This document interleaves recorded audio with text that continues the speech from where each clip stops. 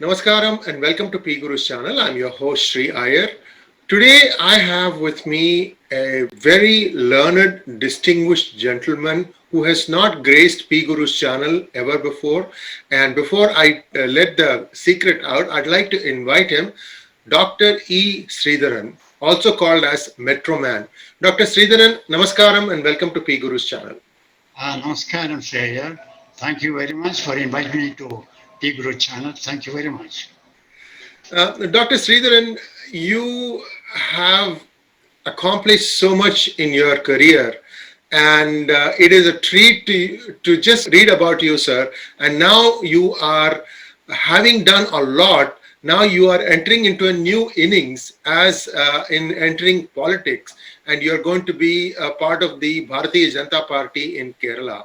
I wish you all the best on behalf of me as well as all the PGurus viewers, that you succeed in your latest endeavor just as you have succeeded in all your previous endeavors. Sir, let us jump right in. Dr. Sridharan, you have decided to take the plunge into politics at a ripe young age of 87, 88 years, and you don't look that age. Sir, you if I hadn't read up on your thing, I would have not said that you look 88. You were 20, 25 years younger, sir. And by from your, you're just incredible. I mean, God has planned a lot of things for you still, and just probably walk us through as to what made you to jump into the politics, and we'll talk a little bit about philosophy of the politics, what is happening in Kerala today, and then your vision for Kerala. So let's start with politics. What made you decide to join politics? Well, the main reason is hitherto I've been handling many of the projects entrusted by the government or government agencies. The last project was the Kochi Metro.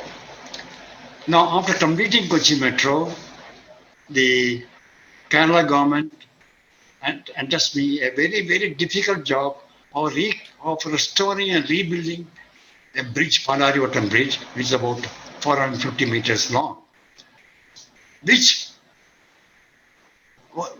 generally needs about 18 months. So that work was entrusted to me. I was not willing to take it up, but the government forced this bridge work also on me. I started this bridge on 28th September last year. The time I had given to the government was 9 months I would complete it. Now 5.5 months are over.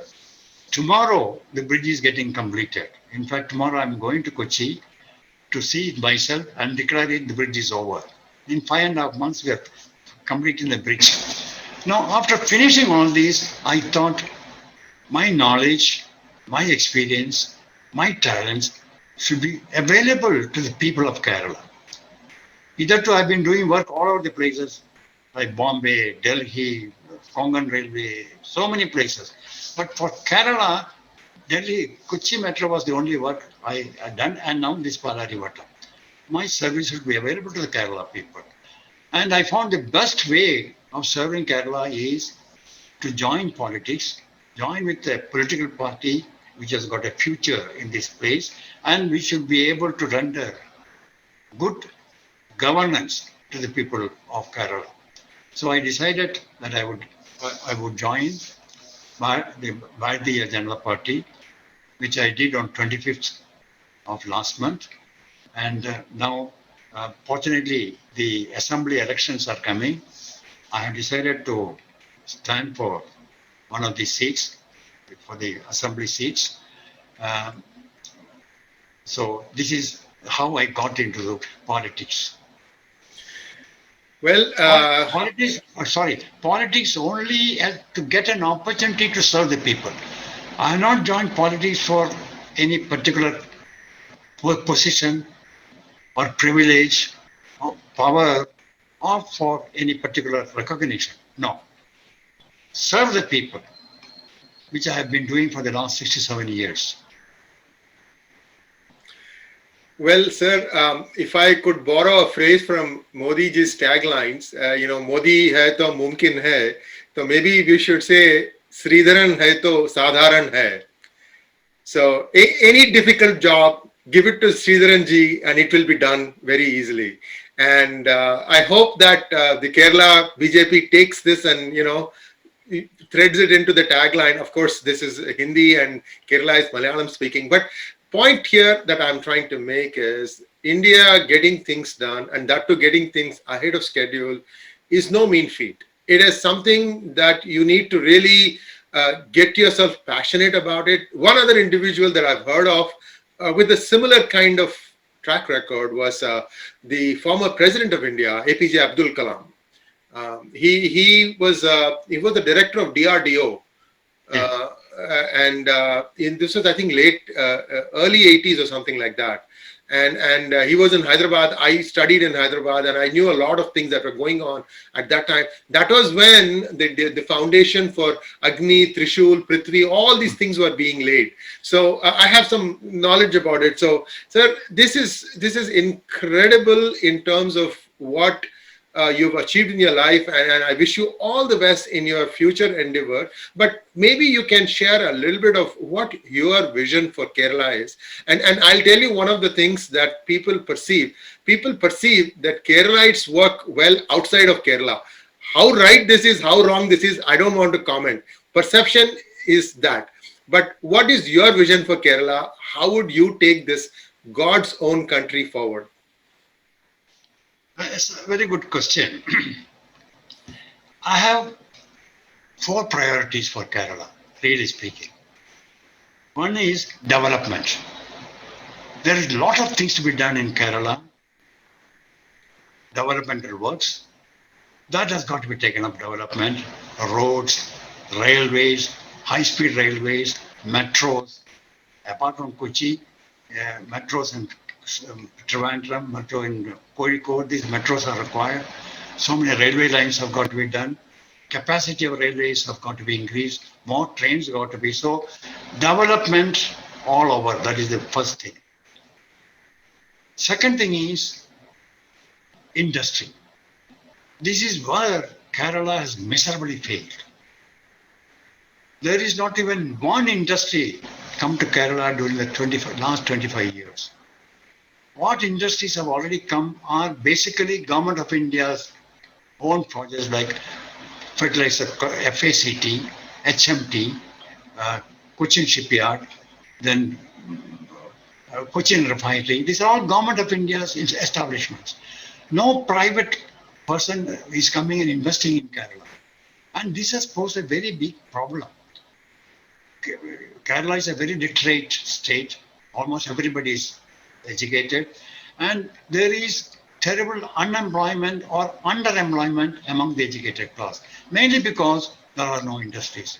Everybody will accept that industry is the only way to create wealth for the state, employment for the state.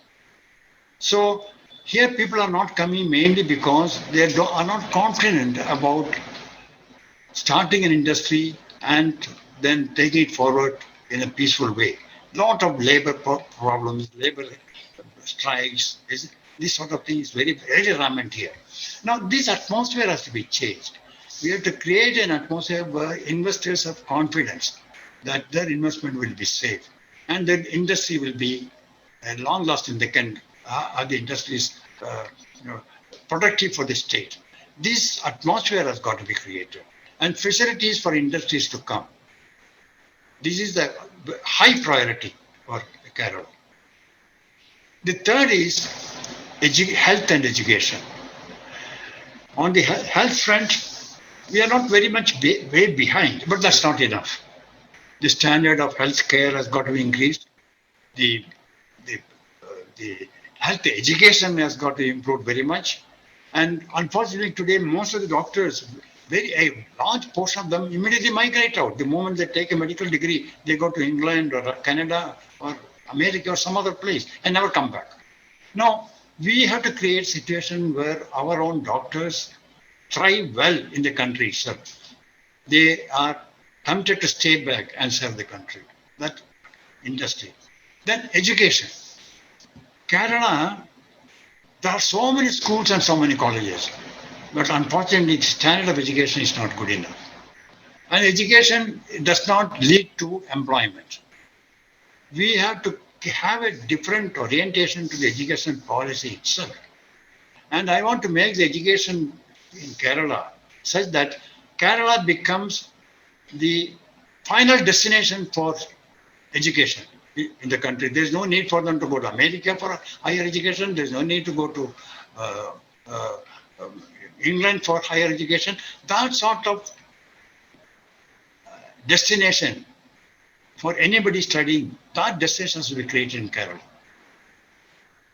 That is the other thing that I want to do. And generally, the social benefits that are being already they are getting cut a lot, but that's not enough. The old people have got to be looked after properly. Sick people have got to be looked after properly. And the main thing is, one thing you would have noticed, though industries are not coming up in Kerala, the Keralite people have gone in Middle East and other places, and they are thriving so well in business and industry.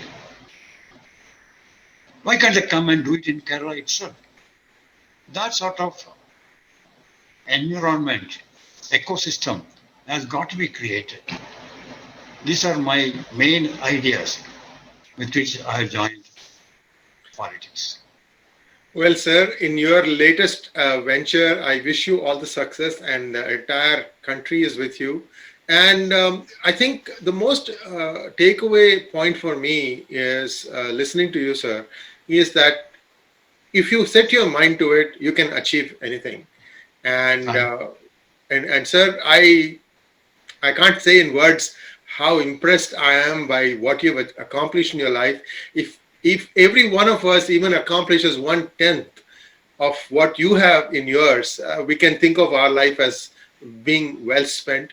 Dr. Sridharan, it was a pleasure, an honor to be able to listen to you, sir. And I'm hoping that we will be having many more such conversations in depth where you can dwell upon a particular topic, and we'll be very happy to provide you our platform. And this video is going to be released on both Facebook and YouTube in the next few days. Watch out, viewers, and please do not forget to subscribe to our channel. And there is much more coming your way from Dr. Sridharan. His vision is very clear. I haven't ever heard something so clearly enunciated about what a state needs and how he is going to satisfy those needs. And I can bet you that he will find the money to bring metros to cities where it is not already there. And these are all things that is not very easy to do in a country like India. Once again, sir, from the bottom of my heart, namaskaram to you and wish you all the best. Thank you very much, Mr. Iyer. Thank you very much for your kind words and the way you have handled the subject today. Thank you very much. Namaskaram. Namaskar.